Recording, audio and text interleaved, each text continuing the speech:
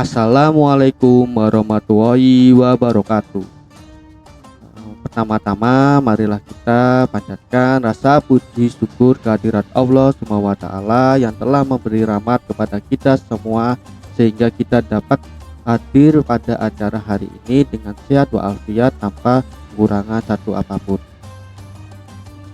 Tak lupa sholawat serta salam kita aturkan kepada baginda kita Nabi Muhammad Shallallahu Alaihi Wasallam yang telah membimbing kita ke dalam jalur yang benar.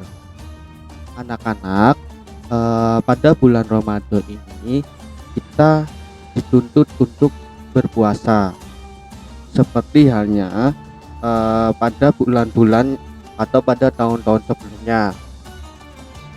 Dengan kita berpuasa, menurut para dokter itu dapat menyehatkan pencernaan kita, di mana dengan kita berpuasa kita akan membantu pencernaan kita untuk mengurangi lemak-lemak yang ada di dalam tubuh kita.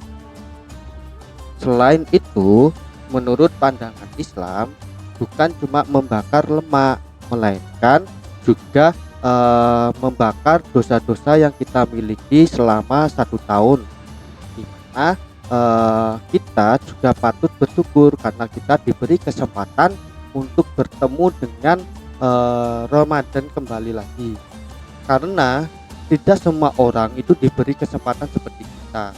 Berarti Allah Subhanahu wa taala itu memberikan kesempatan kita untuk memperbaiki diri jauh lebih baik lagi. Anak-anak yang saya sayangi dan saya banggakan, bulan Ramadan itu memiliki arti panas yang terik dan membakar, di mana pada saat bulan Ramadan sebelum adanya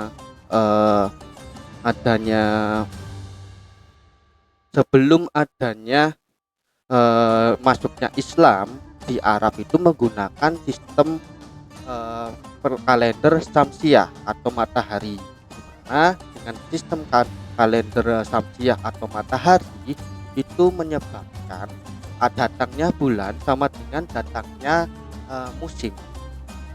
Sebagai contoh sederhana, di Indonesia di bulan Januari itu selalu datangnya bersamaan dengan musim penghujan.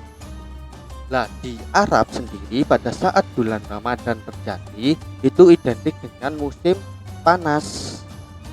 Tetapi pada saat Islam masuk ke Arab, kalender Syamsiah itu tidak digunakan lagi dan diganti oleh kalender Qamariyah atau bulan, yang dimana itu menguntungkan bagi umat muslim di seluruh dunia, karena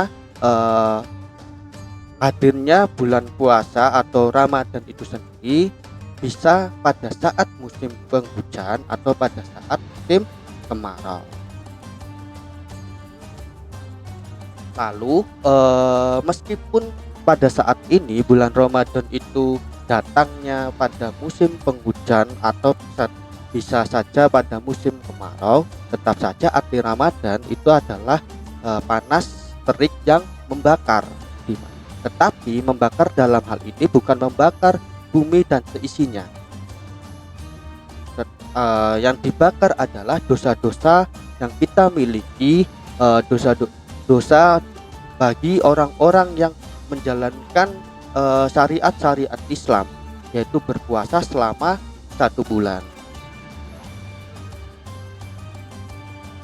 Anak-anakku sekalian, puasa itu dapat didefinisikan sebagai menahan diri dari hal-hal yang membatalkan puasa, dari terbitnya fajar sampai terbenamnya matahari, yang dimana kita tahu bahwa hal-hal yang membatalkan atau mengurangi pahala puasa itu adalah seperti makan, minum, lalu berhubungan badan bagi suami istri yang sah. 3 hal itu bisa dilakukan pada hari-hari selain hari Ramadan. Hal bisa dilakukan siang, sore, ataupun malam. Tetapi di bulan Ramadan itu menjadi hukumnya mubah atau dilarang dilakukan pada saat berpuasa. Selain itu, kita juga dilarang untuk berlebihan dalam melakukan hal seperti semisal pada saat kita berbuka puasa itu janganlah berlebihan karena Allah itu tidak menyukai hal-hal yang berlebihan.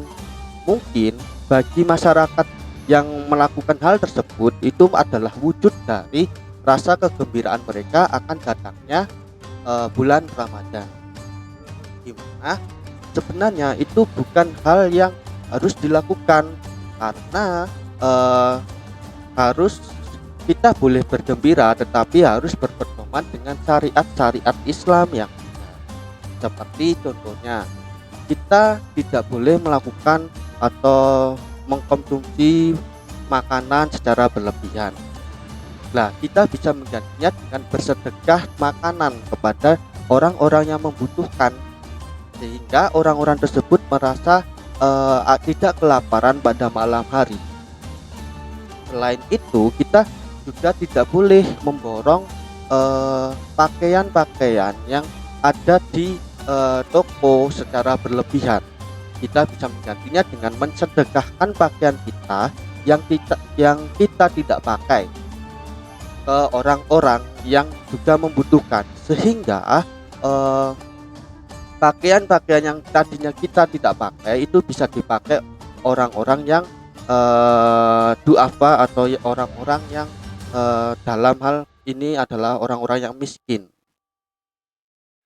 Nah, sehingga jika kita melakukan hal tersebut, maka kita bisa merayakan kemenangan ini pada akhir bulan Ramadan, di mana karena kita sudah membantu atau melakukan hal-hal yang sifatnya itu bisa menambah pahala kita di bulan Ramadan. Tetapi coba bayangkan jika terjadi sebaliknya, apakah kita pantas merayakan hari kemenangan kalau di sekitar kita itu masih ada orang-orang yang masih membutuhkan, orang-orang yang sengsara, orang-orang yang tidak dapat memenuhi kebutuhannya.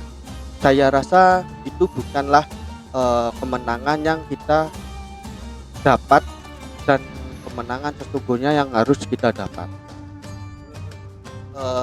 Anak-anak sekalian, mungkin hanya itu yang bisa saya sampaikan. Kurang lebihnya saya mohon maaf. Wassalamualaikum warahmatullahi wabarakatuh.